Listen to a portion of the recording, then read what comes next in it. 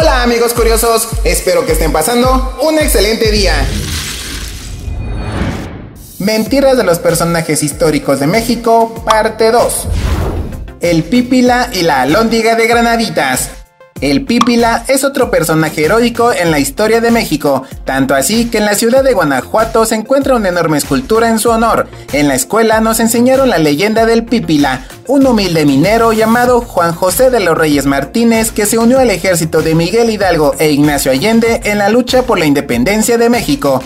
El Pípila se había incorporado al ejército desde San Miguel el Grande hasta Guanajuato, donde los últimos españoles, casi derrotados, se escondieron en la Alhóndiga de Granaditas, un edificio construido entre 1796 y 1809, utilizado principalmente para almacenar granos. El caso es que el 28 de septiembre de 1810, el ejército de Miguel Hidalgo e Ignacio Allende atacaron la Alhóndiga de Granaditas, pero los esfuerzos habían sido inútiles, hasta que observaron que la única manera de entrar y vencer a los pocos españoles que quedaban era quemar la entrada principal, que estaba hecha de madera, por lo que el mismo Hidalgo eligió al Pípila para esa difícil tarea gracias a su valentía. Pero había un problema: llegar al portón no sería nada fácil, pues los españoles recibían con una lluvia de balas a todo el que se acercara, así que el Pípila se colocó una pesada losa en la espalda a manera de escudo. Se acercó a la entrada con una antorcha en la mano y al llegar incendió el portón.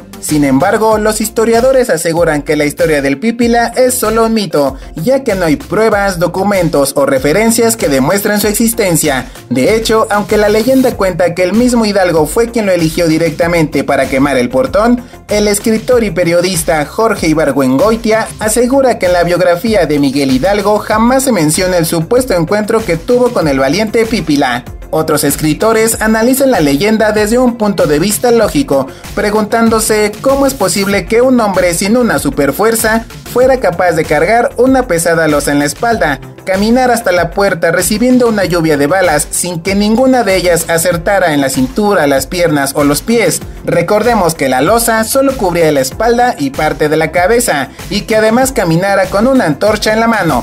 Ahora, suponiendo que lograra llegar hasta la entrada, ¿de qué estaba hecho aquel portón que se incendió rápidamente? ¿O cuánto tuvo que estar el Pípila frente a él para conseguir encenderlo?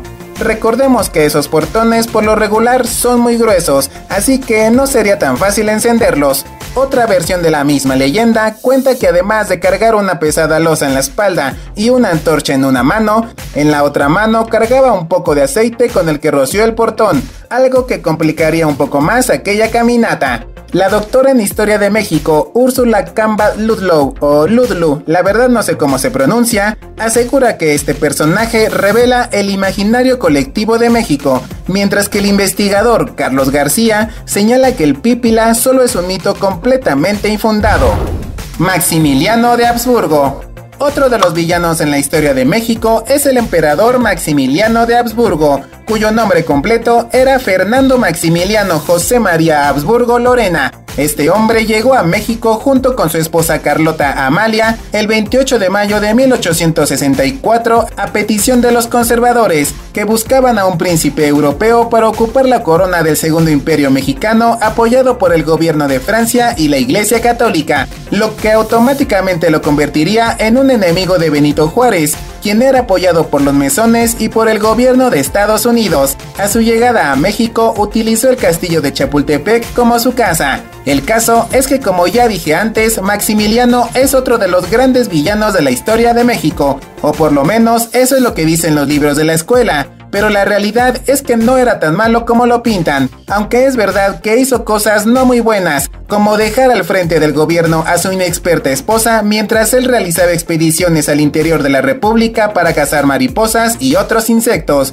Sin embargo, también hizo cosas buenas que no se mencionan en los libros de historia. El historiador Carlos Telles Díaz asegura que Maximiliano fue el primer indigenista de México y el primero que legisló a favor de los trabajadores mexicanos, Por ejemplo, aprobó una ley que prohibía el castigo corporal a los trabajadores y limitaba las horas de trabajo. Además, garantizaba el pago de los salarios en moneda metal y no a través de las tiendas de raya. Aunque el mismo historiador asegura que a pesar que las intenciones de Maximiliano eran buenas, no mejoró las condiciones de los trabajadores del campo, sino que aquellas leyes aumentaron el desagrado de los propietarios de las tierras hacia la figura del emperador. Claro, porque no les convenía.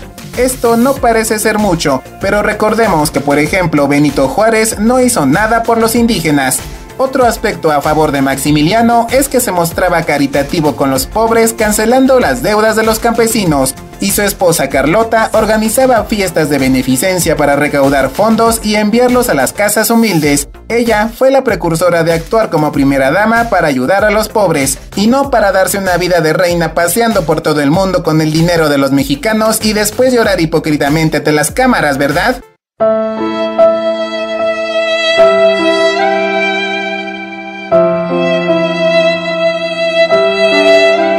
Como les iba diciendo, Maximiliano también embelleció el Zócalo, reforestó la Alameda, promovió la conservación de las pirámides de Teotihuacán, creó un museo de arqueología, fundó la Academia Imperial de Ciencias y Literatura y gastó parte de su fortuna en la construcción de un camino directo desde el castillo de Chapultepec hasta el centro histórico. Ese camino fue llamado el Paseo del Emperador, actualmente conocido como Paseo de la Reforma. También promovió la ley de imprenta que defendía la libertad de prensa, algo que no le gustó mucho a los conservadores, los mismos que lo habían llevado al poder. Algo que tampoco les gustó es que no le regresó a la iglesia el poder que tenía antes. Finalmente murió fusilado el 19 de junio de 1867 en el Cerro de las Campanas en el estado de Querétaro por órdenes de Benito Juárez, quien es el bueno de la historia, aunque como dije en el video anterior, Benito Juárez no era tan bueno, pues se dice que después del fusilamiento acudió a ver el cadáver de Maximiliano y dijo: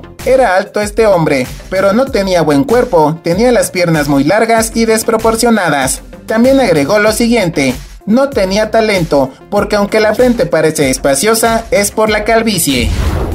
José Vasconcelos. José Vasconcelos no es considerado un héroe de México así como Benito Juárez o Miguel Hidalgo, pero sí es un personaje relevante en la historia de nuestro país. Seguramente alguna vez han oído hablar acerca de él, ya que ha aparecido en monedas, fue el primer secretario de Educación Pública y además una de las bibliotecas más importantes en la Ciudad de México lleva su nombre, así que lo incluye en esta lista para conocer un poco más acerca de este personaje. José Vasconcelos es reconocido por su trabajo en el ámbito de la educación. Por ejemplo, en 1909 creó una asociación civil llamada Ateneo de la Juventud, cuyo objetivo era cambiar la vieja manera en que se veía la cultura y enfocarla como esencia en la educación y desarrollo de México. En 1914 fue nombrado director de la Escuela Nacional Preparatoria y en 1920 fue nombrado titular del Departamento Universitario y Bellas Artes, así como rector de la Universidad Nacional, actualmente Universidad Nacional Autónoma de México. Además, es el autor de la célebre frase "por mi raza hablará el espíritu", presente en el escudo de la UNAM.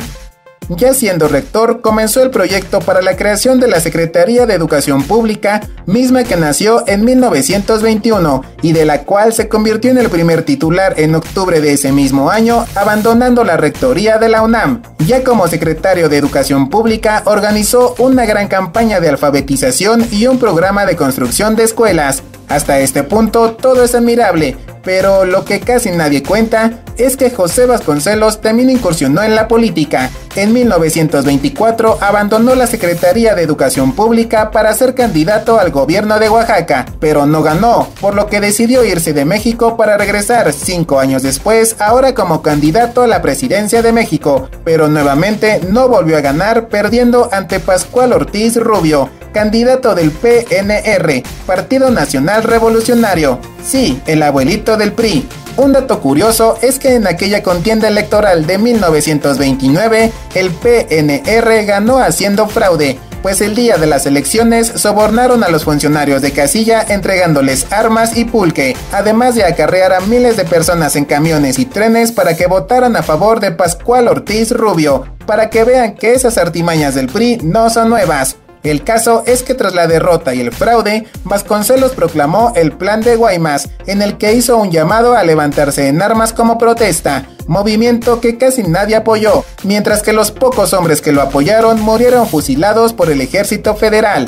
Al ser liberado, volvió nuevamente a abandonar el país, decepcionado por la falsa democracia mexicana y asegurando que la Revolución Mexicana no había servido para nada. Algunos historiadores piensan que esa decepción cambió su perspectiva, y por ello comenzó a inclinarse por regímenes más autoritarios como el fascismo y el nazismo, tanto así que cuando regresó a México entre 1933 y 1934, sus nuevas obras ahora mostraban un desagrado contra la comunidad judía. Y justamente en esa época, el Ministerio de Propaganda de la Alemania nazi comenzó a realizar difusión a favor de Hitler en el extranjero. En 1940, la Embajada de Alemania en México buscaba a una persona o grupo de personas con cierto prestigio nacional para realizar propaganda del movimiento nazi, y el candidato perfecto fue José Vasconcelos. De esta manera, en febrero de 1940 comenzó a publicarse la revista semanal Timón, que hablaba a favor de Hitler, y de la cual José Vasconcelos era tanto director general como escritor de algunos artículos. En el número 7 de aquella revista se publicó el siguiente texto: todos los pueblos del mundo tendrán que agradecer a Hitler haber cambiado la faz de la historia.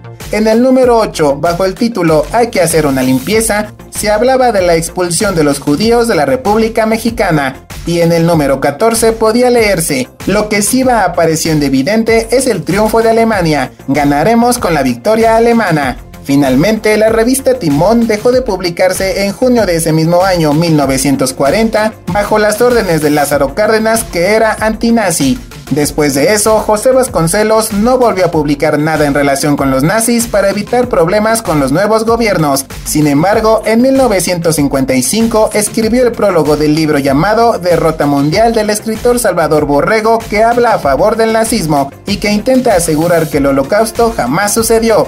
Así que en pocas palabras, el creador de la Secretaría de Educación Pública y del lema de la Universidad Nacional Autónoma de México, en algún momento de su vida apoyó el movimiento nazi. Antes de terminar, quiero mandar un saludo a los siguientes amigos curiosos: Adabel Santiago Pacheco, Axel Montes de Oca, Sant616 y Serge Lizo. Muchas gracias a todos por ver este video y por sus buenos comentarios. Amigos curiosos, si el video les gustó, no olviden regalarme un like, ya que es muy importante para que el canal siga creciendo. Igualmente, no olviden compartir el video con sus familiares, amigos y enemigos. Por ahora me despido deseando que tengan un excelente día. Cuídense mucho y recuerden que esto es Curiosidades M.